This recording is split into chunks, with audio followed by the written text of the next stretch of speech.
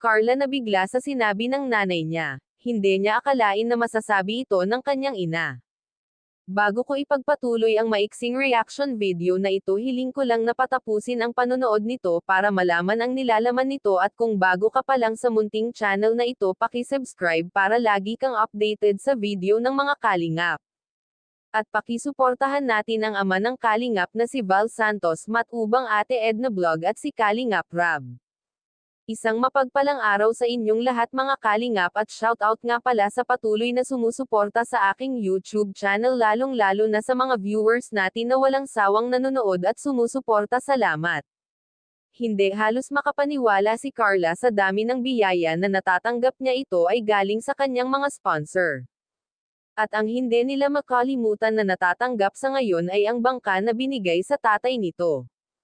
Tuwang-tuwa ang tatay ni Carla nang regaluhan nga ito ng bangka. Dahil ito talaga ang hanap buhay ng tatay ni Carla, kaya tuwang-tuwa ito na may sarili na itong bangka. Dahil noon pa man ay pangarap na nito ang magkaroon ng bangka. At sa tuwa nga na nararamdaman nila ay niyakap ni Carla ang tatay nito.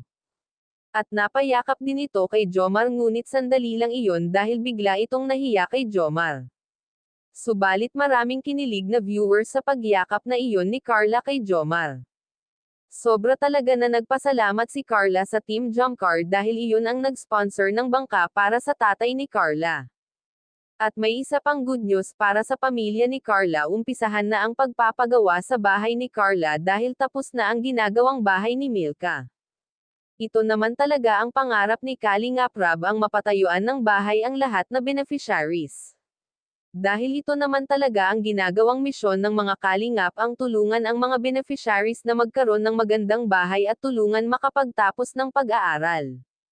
Balikan naman natin ang sinabi ng nanay ni Carla tungkol sa love team nila ni Jomar. Para bang nagulat si Carla sa sinabi ng nanay nito na butong-buto ito kay Jomar, kaya dito ay napansin natin na nabigla si Carla sa kanyang narinig at lumingon ito sa nanay niya, dahil doon ay biglang sinabi ng nanay niya na joke lang, pasensya na. Hanggang dito na lang ang update ko mga kalingap, maraming salamat at God bless sa inyong lahat.